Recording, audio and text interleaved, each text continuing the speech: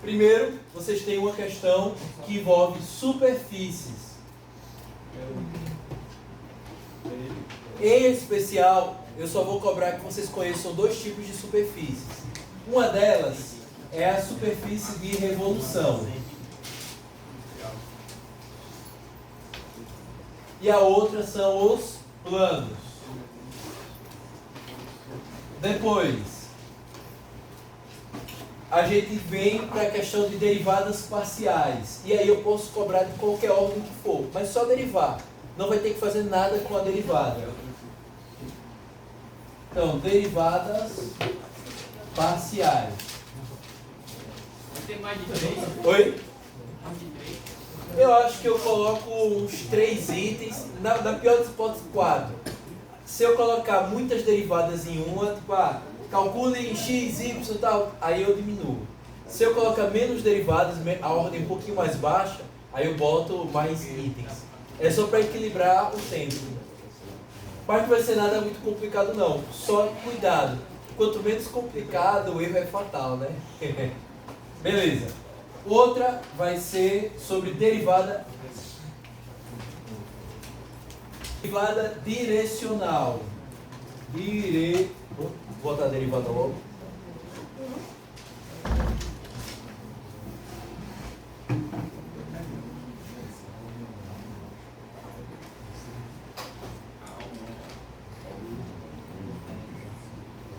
Possivelmente, nessa parte, eu só vou cobrar que vocês saibam encontrar a derivada numa determinada direção.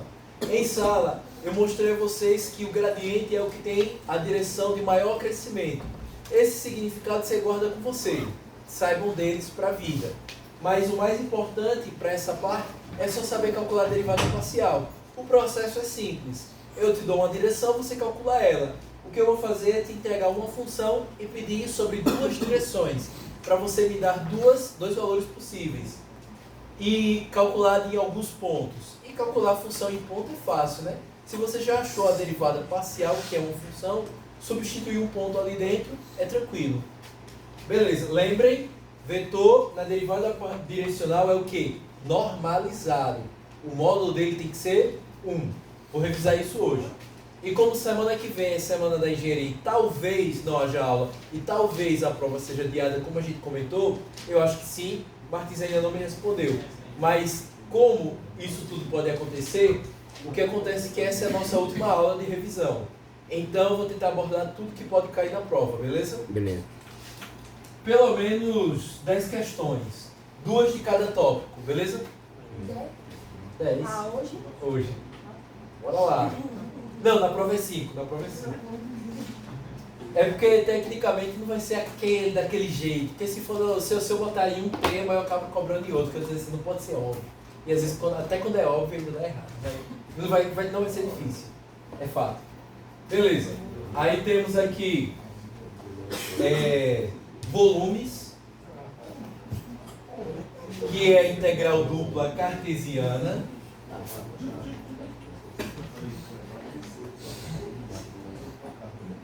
E não se preocupem em interpretar. Eu sempre vou colocar a função sempre sendo positivo na região de integração. Ou seja, calcular a integral vai coincidir em calcular o volume. Não é a mesma coisa se o que acontecer? Se a função for, galerinha,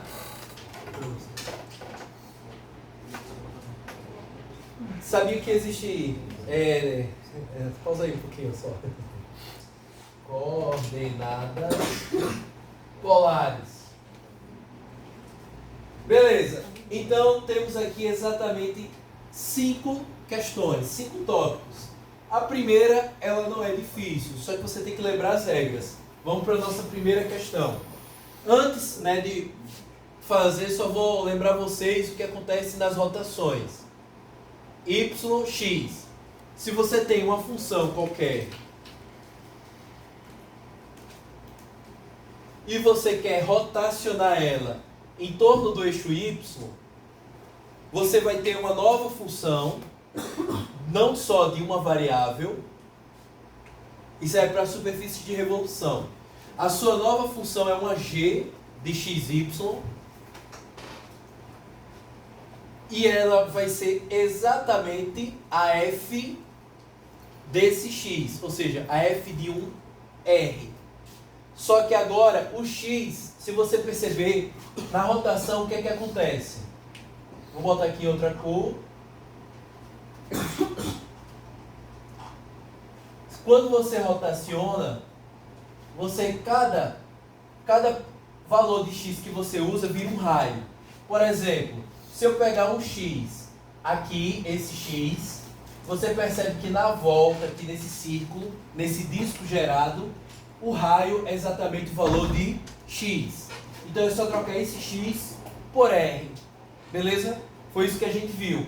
A função que é gerada pela rotação, a revolução, é só trocar x por r. Ok? E o que é o r? É a raiz quadrada de x ao quadrado mais y ao quadrado. É o raio mesmo. É a distância do plano xy até um ponto fixado. Ou seja, né, teorema de Pitágoras aqui, se eu botar xy como coordenadas, r quadrado é x quadrado mais y ao quadrado. Essa é a parte de superfícies, bem simples. Vamos ver como ficaria na prova. Encontre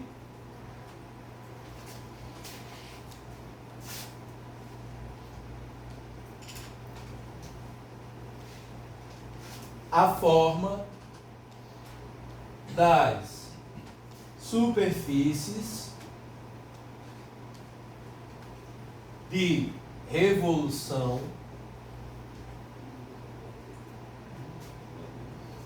e lembre, essa é uma questão fácil, então tome cuidado, porque por ela ser fácil, é fácil às vezes de algumas pessoas errarem. Encontre a forma das superfícies de revolução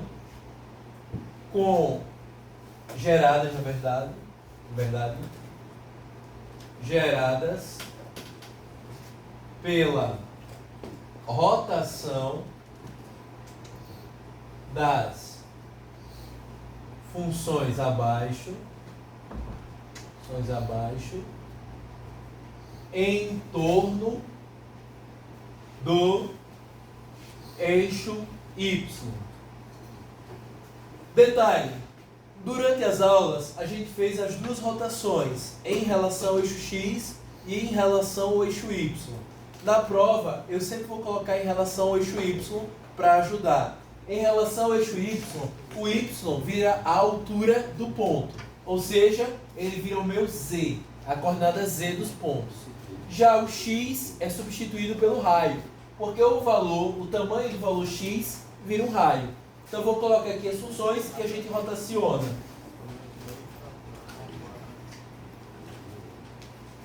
A voz ainda está um pouco esquisita, mas já está melhor que ontem, né? Beleza? Vamos lá. Vou colocar aqui a função f de x igual, aí vou escolher aqui a função x ao quadrado mais 10. Vamos botar agora a função f de... Vou pegar letras diferentes cada questão. A primeira vai ser a de x, para combinar com o nome do item. B de x, novamente. E ela vai ser e elevado a x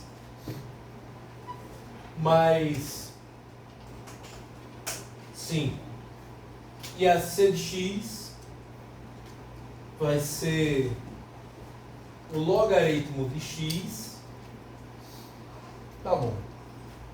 Ok. Vamos ver como é que fica cada uma delas quando eu rotaciono em torno do eixo x. Em torno do eixo y, perdão.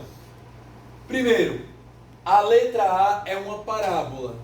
É uma parábola como a x ao quadrado, sorriso, cortado no meio pelo eixo y. Só que subiu 10 unidades. É um sorriso, começa, né, a parte mais baixa do sorriso, começa na posição 10. Precisa saber de alguma coisa que eu acabei de dizer? Não. Então, como vai ficar as funções? Detalhe, não use a mesma letra do nome da função para representar a rotação. Aqui F está valendo, mas a G é uma letra diferente. Como é que eu vou chamar essa função aqui da letra A? Só para botar um nome diferente, vou chamar de A de XY, maiúsculo. Nome diferente, beleza? Não chame com o mesmo nome. A é a função no plano cartesiano. A gente agora quer falar no espaço cartesiano. E nesse caso, quem é a de XY? Troca o x ao quadrado por r ao quadrado. Não é essa a regra? É, né? E o que é r ao quadrado? X ao quadrado mais y ao quadrado.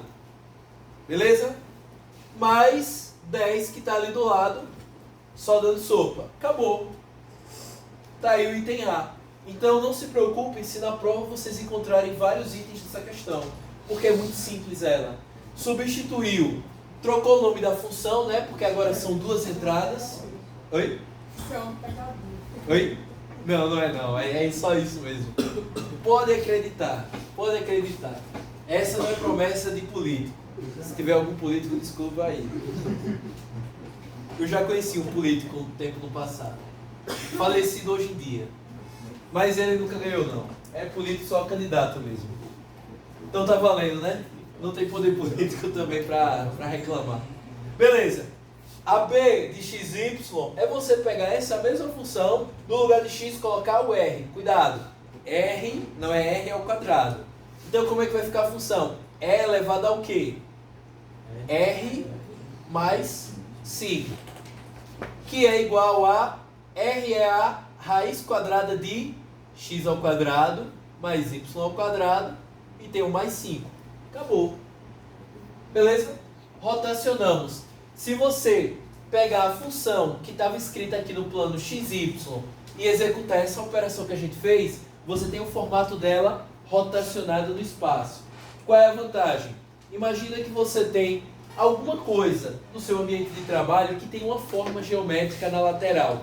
E ela é meio que uma rotação dessa forma geométrica lateral. Então você tem como saber qual o volume que está ali dentro.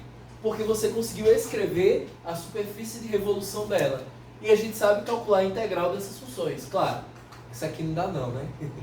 Não pensamos em integral aqui. Mas suponha que você também tem um programa que consegue calcular numericamente o valor dela. Então agora você mesmo, sendo uma função que não dá para fazer na mão, dá para fazer na máquina. Beleza? Mesmo no F com R mais 5. Mesmo ele com R não sendo ao quadrado, ele ficou x ao quadrado mais y ao quadrado. Com a raiz quadrada. Né? É como se você tirasse a raiz quadrada dos dois lados. E o R, como é uma distância, ele é sempre positivo. Então não leva o mais ou menos, que a gente geralmente coloca.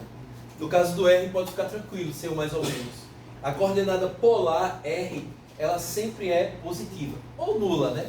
Positiva ou zero. Ela nunca é negativa. Letra C. Letra C, ela gera a função C de x. Vou diferenciar aqui com a perninha, para dizer que é a minúscula, e aqui é a maiúscula. Essa C maiúscula de x, ln de R. Troquei o x por R. Isso aqui é o quê? Ln da raiz de x ao quadrado mais y ao quadrado. Dá para simplificar mais usando propriedades de logaritmo, mas não é nosso intuito, então podem parar por aí. O importante é, se eu desenhar cada uma delas no plano XY, olha a primeira, x ao quadrado, não é a parábola que sorri bem aqui no zero? Todo mundo de acordo? X ao quadrado é a parábola que sorri bem aqui, né? Todo mundo? Beleza? O que é x ao quadrado mais 10? É pegar ela que está no zero e levantar para ela começar a sorrir a partir do 10. Ô, professor. Manda. Se no caso for x ao cubo, lá embaixo. Aí você troca o x ao cubo por r ao cubo. Aí o r, raiz de x ao quadrado mais y ao quadrado. Do mesmo jeito que eu coloquei aqui r quadrado como o teorema de Pitágoras, se você tirar a raiz quadrada, não fica r igual a raiz da soma dos quadrados? Aí é só substituir isso no lugar do r ao cubo. Aí vai ficar a raiz ao cubo. Dois processos. Que você não vai ter que fazer na prova. Não precisa se preocupar com isso. Beleza. Então, vamos lá. Se eu desenhar essa, eu tenho a x ao quadrado e eu vou levantar ela por 10 unidades. Ela é a mesma x ao quadrado, Só que esse valor aqui que ela toca é o 10. Beleza? Sempre que você tem uma função que você conhece o gráfico e soma uma constante, você levanta ela aquela quantidade de unidades. Se você subtrai uma constante, você desce ela aquela quantidade de unidades. É só para vocês entenderem visualmente o gráfico. Beleza? Ok. Então, na minha rotação em torno do eixo Y, como foi que ficou a figura? Ficaria algo assim, né?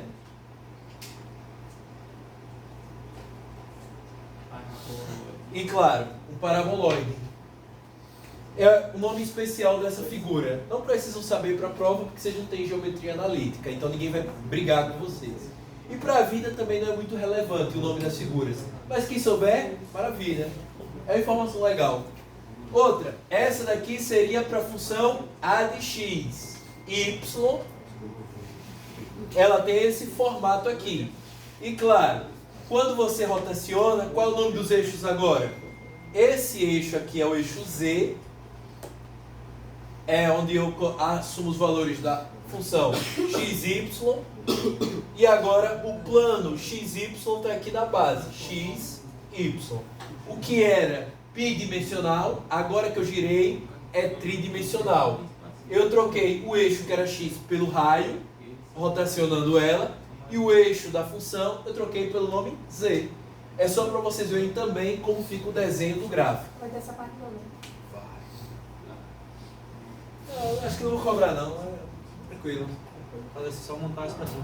Oi? Fazer o que você vai querer cobrar, mas é montagem da expressão, entendeu? E também, como vocês percebem, essa parte de superfície tem duas partes. A de revolução é a mais fácil.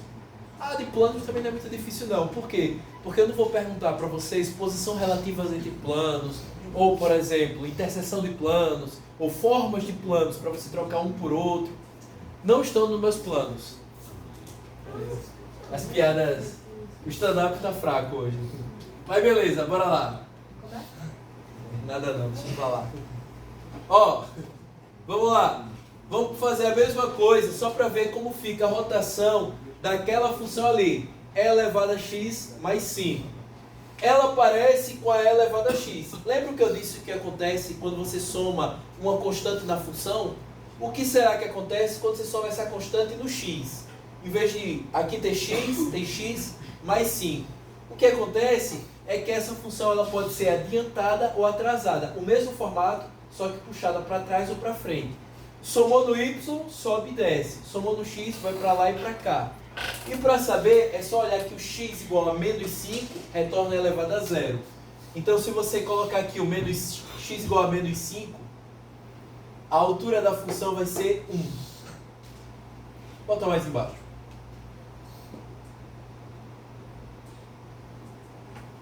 Beleza, agora como é o desenho da função? Essa função ela teria o desenho assim, né? Essa é a exponencial, só que ela foi atrasada 5 unidades, ela vem para trás. Entendi porque o menos 5. Ah, quando você bota x igual a menos 5 não dá zero? Sim. Então o papel que seria do eixo y, que é zero na exponencial, foi atrasado na posição menos 5. É porque no x acontece o contrário do y. No x, quando você soma alguma coisa no x, ela vai para trás. E quando você subtrai, vai para frente. Mas eu nunca lembro isso de cabeça. O que eu faço é avaliar o que acontecia no antigo zero. O antigo zero é o zero do expoente. Aí eu boto x igual a menos 5 e eu digo pronto. Então o que acontecia, que era dar zero na potência, vai acontecer no menos 5. Como eu disse, não precisa saber isso para a prova, mas é legal porque é uma informação extra. Então para quem quiser saber como desenha a partir das funções originais, essa parte aí pode ajudar. Até porque às vezes na prova, não sei como é cada um, mas eu sempre espero assim, uma ajuda do Pai de Santo, né? Brincadeira. Mas... é pior que as Olimpiadas sempre são horríveis. Mas aí a questão é a seguinte, às vezes, faltando 10 minutos para o final da prova, vem uma ideia. Aí quando vem a ideia, só que vem a ideia quando você aprende esse tipo de coisa, que não serve para nada inicialmente. E algum dia pode servir. Beleza? O cara já chegou ouvindo um negócio desse, né? Não, é brincadeira, é brincadeira. Beleza. Desenha a função refletida como se o eixo Y fosse um espelho. E pronto. Já dá para enxergar os discos. Eita, esse disco aqui ficou meio superfaturado.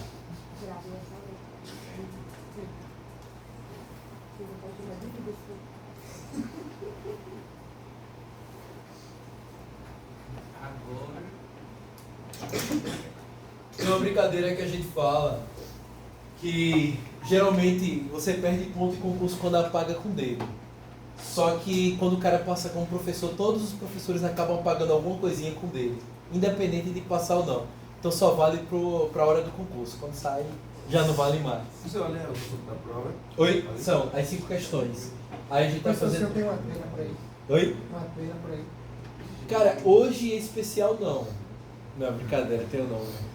É uma brincadeira que eu faço porque geralmente alguém fala, tem alguma coisa aí, do nada eu tiro da bolsa. Aí, já vou tirar a bolsa da Hermione da minha bolsa. E o eixo X agora é um raio. Tá por todo o plano XY. Então tá aqui o X e o Y. Beleza? O pessoal ainda vai ter que desenhar isso aí na prova? Não, tá de boa. Agora, é claro, né? Eu acho que às vezes fica bonitinho só saber, mas na prova eu não vou cobrar não. Até porque algumas pessoas quando vão desenhar fica um negócio estranho na prova. Mas, por exemplo, se você conseguir botar no programa gráfico e entender por que tem aquele formato, maravilha. Outra coisa, existe um detalhe interessante, que lembram que vou dizer só da seguinte forma, se você tentar pegar essa superfície de revolução aqui e tentar calcular a derivada nesse ponto, derivadas parciais, vocês vão encontrar problemas.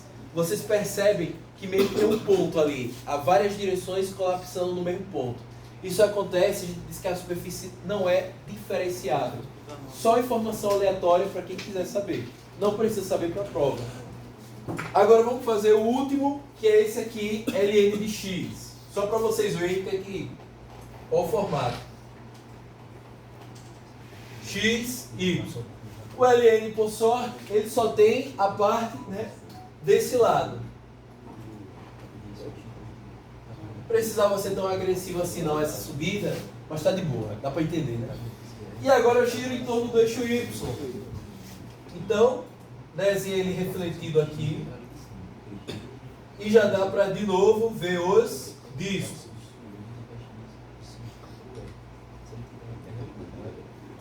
Ok?